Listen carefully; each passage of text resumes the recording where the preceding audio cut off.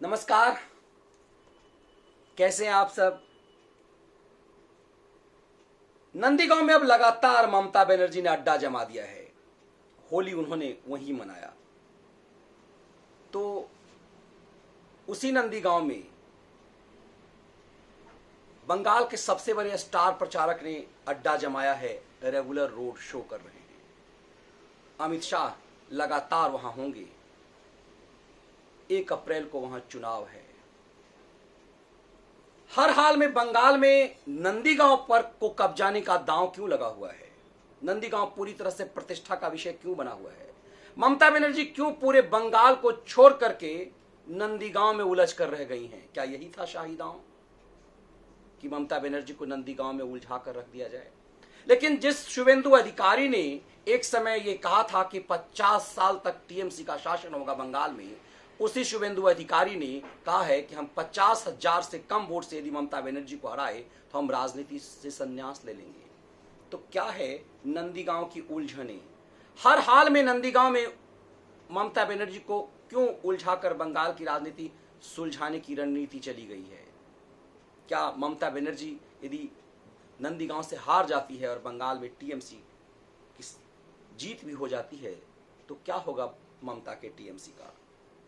शुवेंदु अधिकारी में ऐसा क्या है कि पूरे देश में बंगाल राजनीति का केंद्र बना हुआ है, जबकि 5 राज्यों में चुनाव है और उसमें भी नंदीगांव सबसे ज्यादा चर्चा का विषय क्यों बना हुआ है।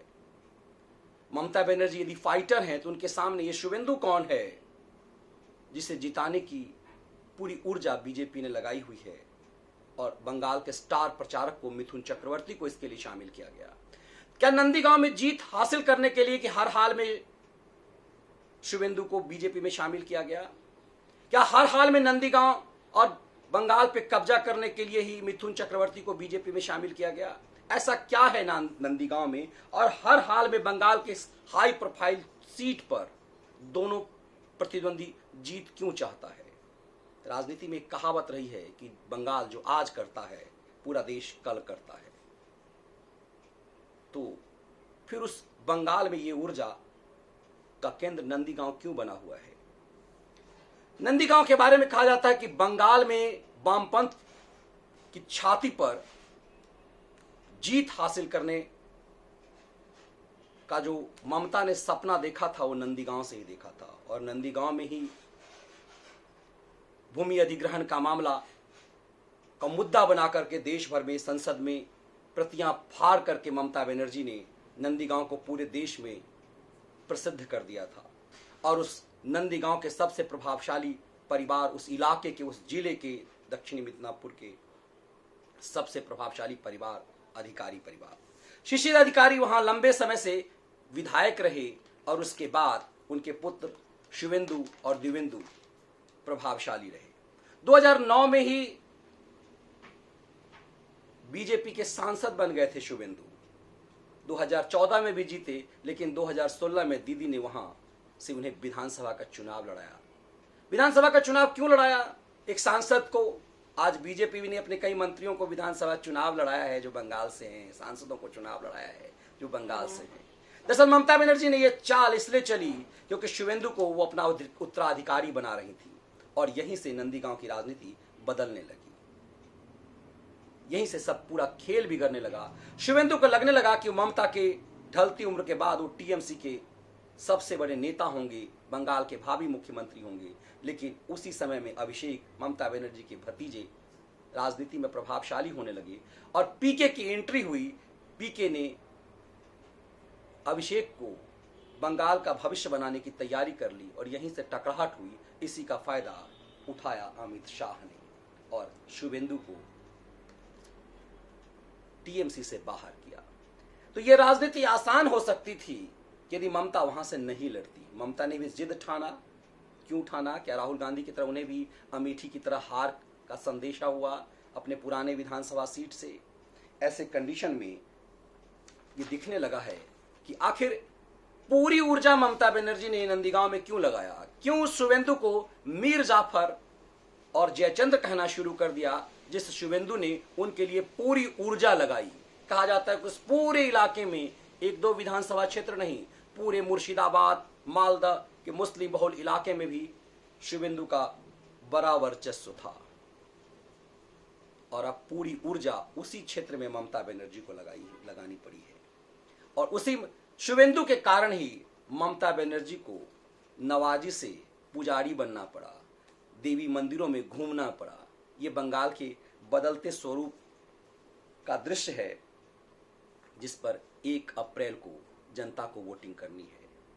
और ममता बनर्जी होली भी वहीं मना रही हैं। पूरे बंगाल को छोड़ करके अपनी विधानसभा सीट, आमतौर पे जो इस तरह के कद्दावर नेता होते हैं वो अपने विधानसभा में उन्हें लगता है कि जीत तो उनकी पक्की है, इसीलिए उस क्षेत्र में वो अपनी ऊर्जा नहीं लगाते हैं। उन्हें लगता है कि उनके कोई शागिर्द 2-4 बार चुनाव करेंगे और वो जीत जाएंगे। आमतौर पे आप देखेंगे प्रभावशाली व्यक्ति अपने संसदीय क्षेत्र या विधानसभा क्षेत्र में चुनाव प्रचार के लिए 1 दिन से ज्यादा नहीं जाते, क्योंकि उन्हें लगता है कि वो राज्य के, देश के प्रभावशाली व्यक्ति हैं, तो अपने विधानसभा क्षेत्र में तो यूं ही जीत जाएंगे। तो आमतौर पे उनके परिवार के सदस्य प्रचार करते हैं।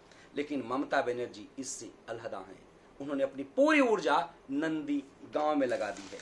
मतलब ये कि उन्होंने, यदि ममता बनर्जी नंदी गांव में उलझ गई तो इसका मतलब साफ है कि उनकी जो कहते बंगाली में कहते हैं उनकी नजर जो है वो बंगाल के बाकी हिस्सों से हट गया। तो फिर ऐसे कंडीशन में बंगाल का क्या होगा?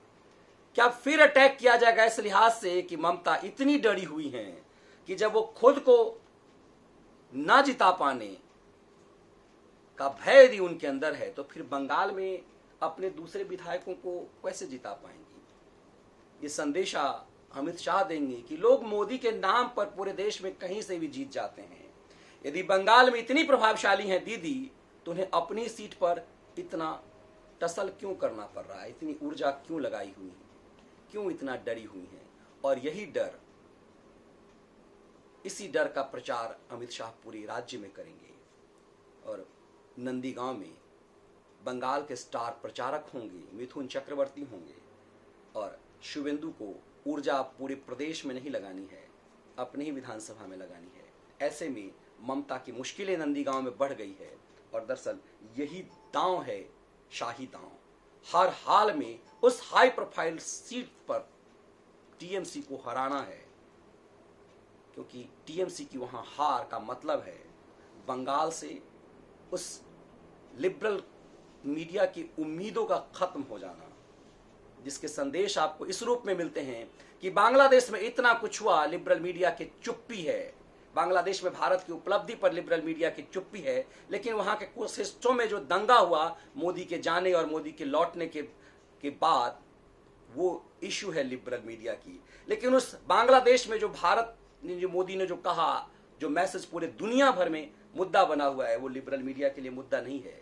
ये बेचैनी इसलिए है, उनकी बेचैनी अभी इस बात को लेकर के है कि बंगाल में यदि बीजेपी जीत गई तो सिर्फ इतिहास साहित्यकारों में, मीडिया में और बॉलीवुड में बने लिबरल गैंग का क्या होगा?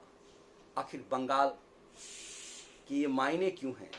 बंगाल पूरी राजनीति का केंद्र क्यों बन गया हुआ है और उसका सेंटर पॉइंट नंदीगांव क्यों है? इस हाई प्रोफाइल सीट से पर पूरी शाही दांव क्यों है? ये समझना बेहद दिलचस्प है। बहुत बहुत धन्यवाद।